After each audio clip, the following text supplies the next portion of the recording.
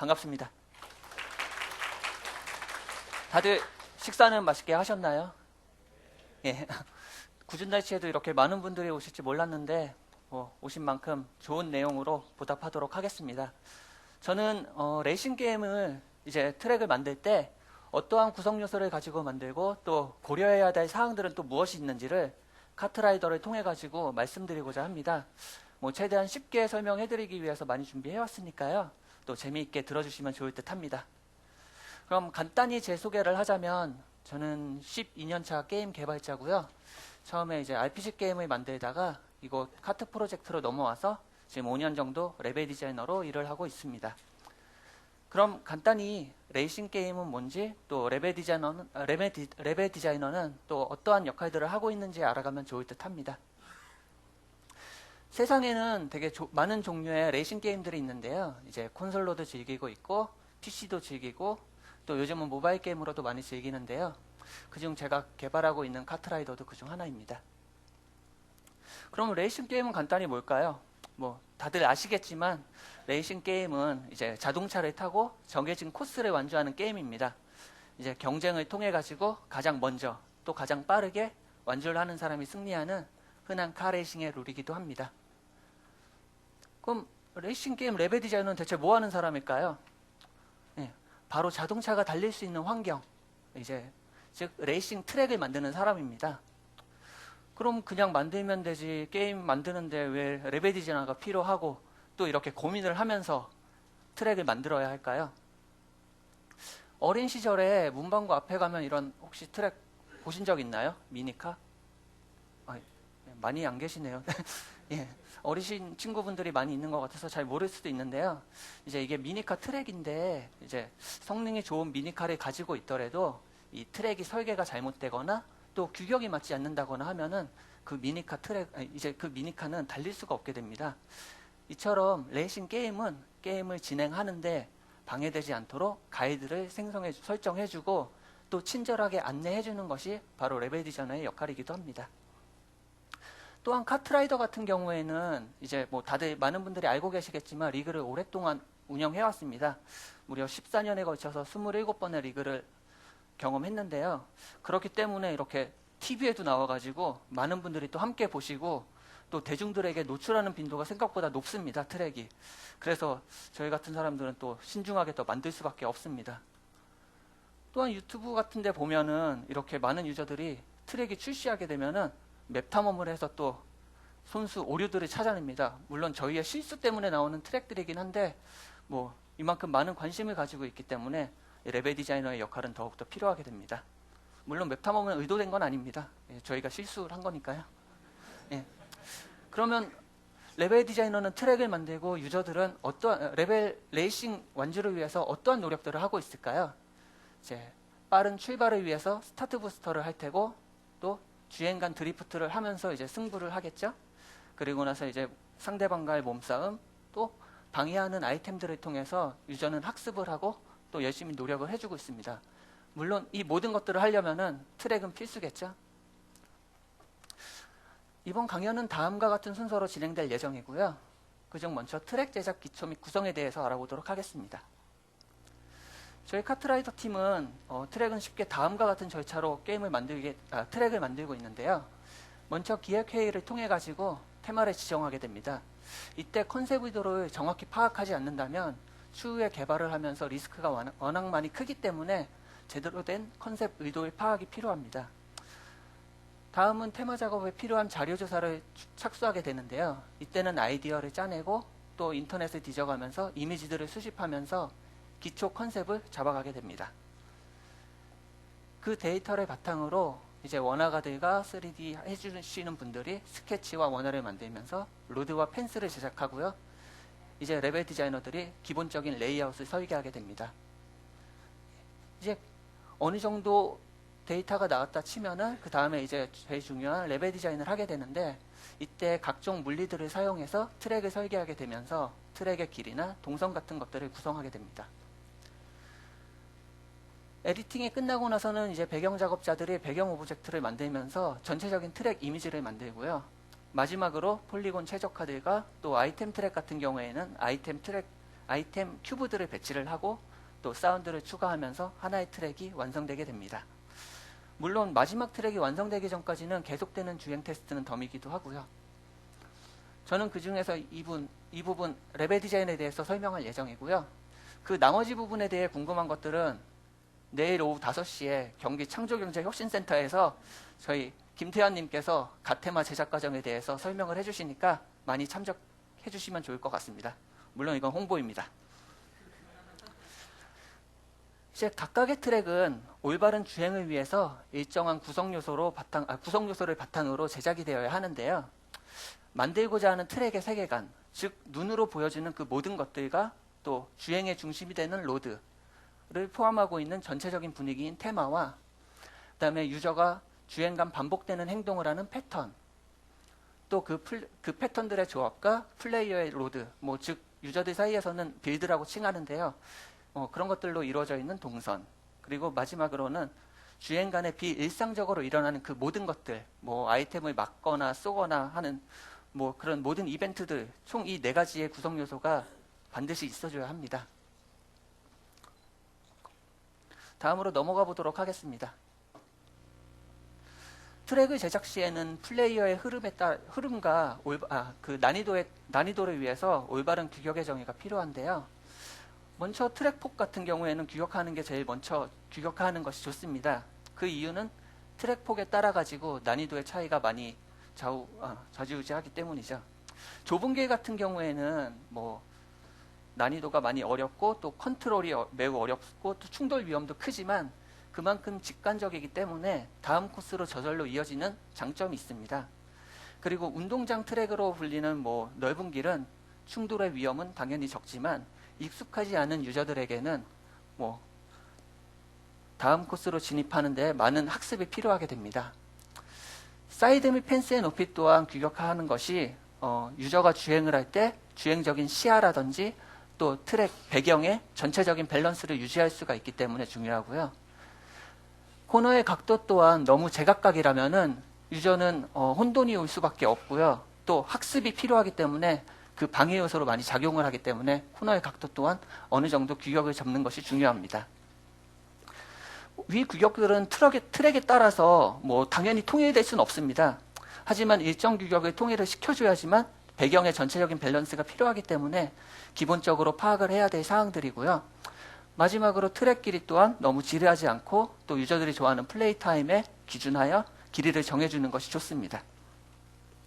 유저가 배움과 또 성장을 통해서 연습을 통해서 성장을 하듯이 이제 레벨 디자이너들은 그 역시 여건을 만들어주는 것이 중요합니다. 그렇기 때문에 기본적인 코스에서부터 다소 복잡한 코스까지 기획을 하면서 레벨링의 밸런스를 맞춰주는 것이 좋습니다. 또한 트랙을 제작하기 전에 유저들이 어떤 거를 또 좋아하고 어떤 걸 좋아할지 파악하는 것이 좋은데요. 이건 카트라이더가 오랫동안 그만큼 서비스를 해왔기 때문에 누적된 데이터로 생각을 할 수 있기 때문에 혹시라도 레이싱 게임을 개발하고자 하시는 분들이 계신다면 많이 참고해 주셨으면 좋을 듯 합니다. 솔직히 트랙을 제작하면서 유저 간에 실력 차도 있고 또 학습의 차이가 있기 때문에 모든 거를 다 유저한테 맞출 수는 없습니다. 하지만 다양한 기능들과 구성들을 통해 가지고 근소한 승부가 가능하도록 하는 트랙들이 참 좋고요. 또한 중간에 포기하지 않고 리타이어율이 낮은 트랙들, 그리고 도전의식이 강한 트랙들이어야말로 잘 제작된 트랙이라고 생각하고 있습니다.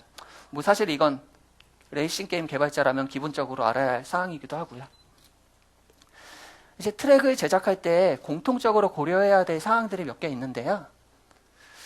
먼저 직선 구간 같은 경우에는 레이싱의 기본이기도 하고 또 빠른 진행을 유도합니다. 또한 쉬운 난이도에 당연히 적합하겠죠. 어렵지 않으니까요.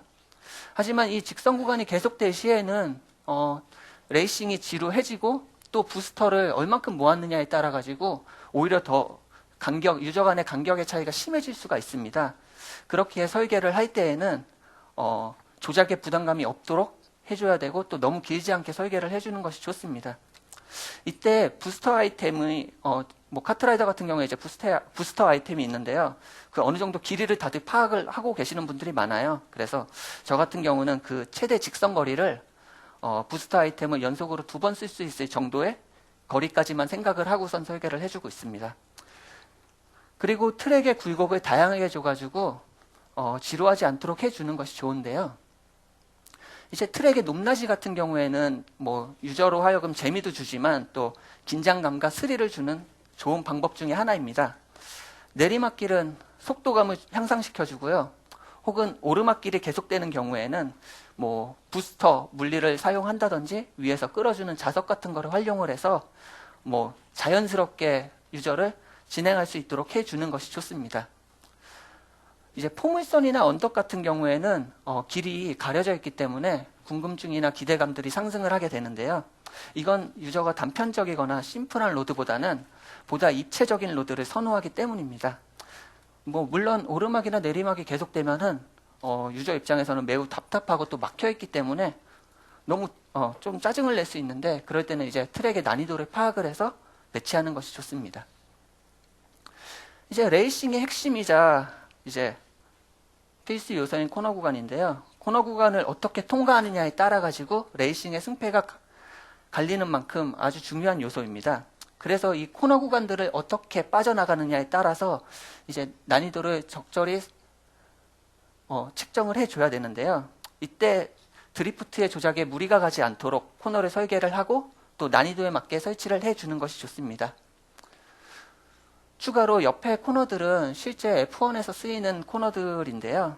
이처럼 다양한 종류의 코너들을 활용을 해서 주행 간 재미 요소를 주는 것도 좋습니다. 로드의 도로폭은 주행 중에 시야나 벽이 있고 없음에 따라서 난이도가 많이 바뀌게 됩니다. 만약 벽이 없다면 플레이어는 뭐 몸싸움이라든지 이제 조작 실수로 인해서 아래로 떨어지게 되는데요. 그렇기 때문에 주행간 많은 변수들이 발생을 하게 됩니다. 그래서 로드가 너무 좁지 않게 해줘야 되고, 또한 드리프트를 할 수 있는 공간만큼은 최대한 확보를 해주는 것이 좋습니다. 이는 테마 종류에 따라서 당연히 구성 요소는 달라지겠지만 뭐 많은 시도와 테스트를 통해서 잡아가는 것이 좋습니다. 이 지름길은 유저로 하여금 되게 의미 있는 선택이 되어야 한다고 생각을 합니다. 그렇기에 유저가 도전의식을 가지고 접근을 할 수 있도록 그 환경을 만들어주는 것이 중요한데요. 이제 다양한 패턴이나 지름길을 테마나 트랙마다의 차별화를 주고 또 기본 로드와 지름길의 균형을 적절하게 해주는 것이 좋습니다. 이는 기본 로드는 간단히 되어 있는데 기본 로드는 너무 돌아가는데 지름길은 너무 가까이 있다. 그러면 유저로 하여금 포기를 할 수 있는 계기가 되어 있기 때문에요. 그만큼 확실한 보상이 될 수 있는 밸런싱을 유지시켜줘야 됩니다. 이제 지름길 같은 경우에는 리스크가 워낙 크기 때문에 플레이어가 진입을 결정할 순간에 판단적으로 보여주는 순간이기도 하기 때문에요. 좀 더 보다 신중하게 설계를 해줘야 하는 역할이기도 합니다. 추가로 지름길은 보통의 이제 뭐 왼편에 보시면은 보통의 위험 요소들을 피하고 주행적인 지름길과 이제 일정한 패턴을 통해서 갈 수 있는 지름길, 그리고 일정한 속도 이상으로만 진입을 할 수 있는 지름길 등 총 3개 정도로 나누어져 있는데요.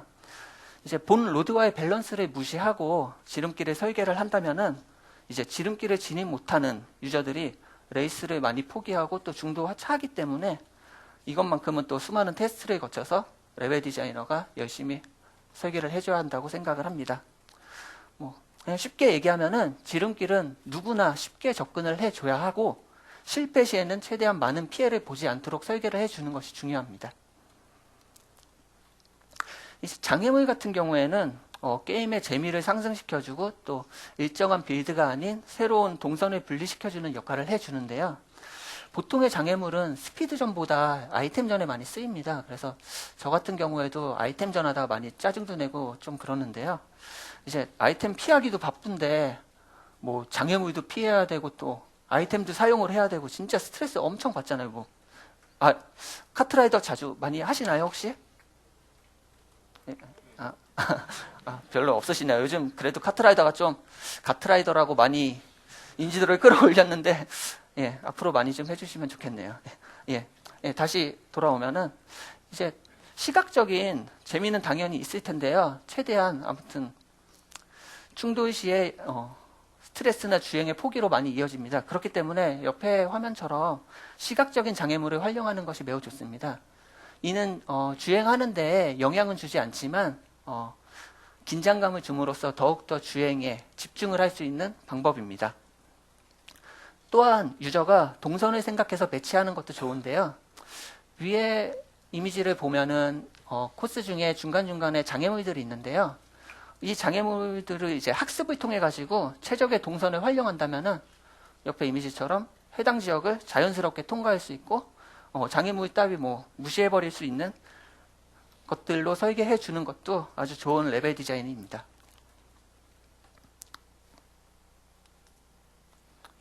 이외에 추가로 고려해야 할 사항들이 있는데요. 게임마다 당연히 다르겠지만 이제 다양한 트랙 물리를 활용하는 것이 좋습니다. 이는 좀 새롭고 좀 더 신선한 레벨 디자인을 위해서인데요. 트랙의 물리는 이제 보다시피 게임의 빠른 진행으로도 쓸 수 있고 또 방해 요소로도 많이 쓰입니다. 그렇기 때문에 이제 초보자들이 주행하기 어려운 곳에 배치를 함으로써 다양한 트랙을 설계할 수 있도록 도움을 많이 주는 편입니다. 또한 이제 전 카트라이더를 좋아하는데 그렇게 잘하진 못하거든요. 그래서 진짜 가끔 달리다가 1등으로 달리는데 진짜 사고가 나면 엄청 짜증이 나요.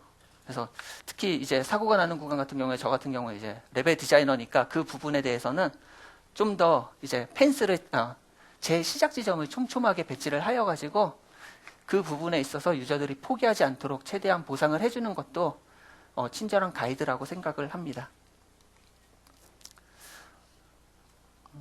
또한 만들고자 하는 트랙에 적절한 길이를 설정해 주는 것이 좋은데요. 이는 필요 이상으로 길면은 유저들이 지루함을 느끼고 또 트랙을 선호하지 않기 때문이죠. 예. 카트라이더 같은 경우에는 아이템 트랙이 지금 한 110개 정도 런칭이 되어 있는데요. 그 중에 50% 가까운 49%가 전체 길이 6에서 7km로 설계가 되어 있고요. 스피드 트랙 같은 경우에는 이제 89개 중에 48%의 트랙이 8km 이상으로 구성이 되어 있습니다. 이는 모드의 특성상 최적의 길이라고 판단이 돼서 설계된 케이스고요. 이제 한 판당 주행 시간을 2분에서 3분으로 봤을 때 적절하다 생각이 돼서 이만큼 설계가 되어 있는 상태입니다. 또한 트랙은 구간의 강약 조절을 통해 가지고 전체적인 흐름을 잡는 것이 중요한데요. 이는 속도감을 느끼지 못하고선 주행간에 계속 연속된 커브나 브레이크라든지 이런 구간이 계속 있으면은 유저가 실증을 낼 수 있기 때문에 즉 부스터 아이템을 받았다면은 그만한 보상으로 쓸 수 있는 공간을 마련해 줘야 된다고 생각을 합니다. 그래서 이 영상 같은 경우에는 이제 커브 후에 직선거리가 반복되는 단순한 패턴이기도 한데요. 중간중간에 레일과 워프를 통해 가지고 재미 요소를 줬고 또 장애물들을 설치를 하여서 주행 흐름을 유도를 하였습니다. 그래서 드리프트 후에 직선 구간이 이어지도록 하여서 부스터를 최대한 활용할 수 있도록 설계가 된 케이스입니다. 또한 트랙 내에 랜드마크를 활용을 해서 주행 방향을 자연스럽게 유도해 주는 것이 좋은데요. 이는 유저로 하여금 목표가 있다면 더 주행에 집중을 하기 때문입니다. 그래서 트랙의 흐름이나 주행에 방해되지 않도록 설계를 하는 것이 좋습니다. 마지막으로 레벨 디자인에 대해서 주의사항들이 좀 있는데요. 이제 레이싱 게임은 멀티플레이어이다 보니까 고려를 하면서 설계를 해줘야 됩니다. 이제 테스트를 할 때는 혼자 달리기 때문에 이 길이 좁은지 잘 모르게 되는데요. 그런 점들에 있어서 주의를 해야 되고요. 이제 시작 지점부터 과도한 코너라든지 또 아이템을 획득하는데 지정되는 코스들이 없게 구성이나 짜임새 있게 구성을 해줘야 됩니다. 그리고 아까 말씀드렸다시피 지름길은 기본 로드와의 밸런스를 유지시켜줘야 되고요. 펜스가 없는 구간의 리셋 구간 역시 유저가 다시 회복할 수 있도록 최대한 설계를 잘 해주셔야 됩니다. 그리고 로드상에 장애물을 설치할 때는 처음부터 장애물을 생각하고선 설계하기보다는 나중에 테스트 주행을 하면서 장애물을 설치하는 것이 트랙 레벨링을 위해서도 훨씬 좋은 방법입니다. 또한 아이템점 같은 경우에는 아이템이라는 변수 때문에 조금 더 신경 써야 할 점들이 많은데요. 이제 아이템 큐브와의 거리를 일정 간격으로 유지를 시켜줘야 됩니다. 이는 전체 트랙에 아이템을 획득할 수 있는 밸런스를 위해서이고요. 위치 또한 커브길이라든지 이벤트가 발생하기 전에 배치하는 것을 최대한 자제를 시켜줘야 됩니다. 그리고 나란히 세워져 있는 아이템 큐브의 간격 역시 너무 멀지 않도록 설계하여서 획득 실패에 대한 스트레스를 최소화시켜줘야 되고요. 또 미사일을 맞았을 때 애니메이션이 위로 튀겨오르는 씬이 있는데 그거를 생각해서 로드의 높이는 어느 정도 일정 구간 벗어나 있는 것이 좋습니다. 마지막으로 트랙이 어느 정도 완성이 되었다면은 최종적으로 체크해야 할 것들이 많은데요.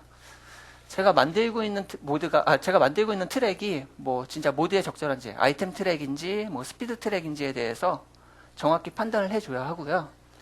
그리고 전체적인 길이 역시 너무 길거나 어렵거나 하면은 안 되기 때문에 마지막으로 생각을 한번 해주셔야 됩니다.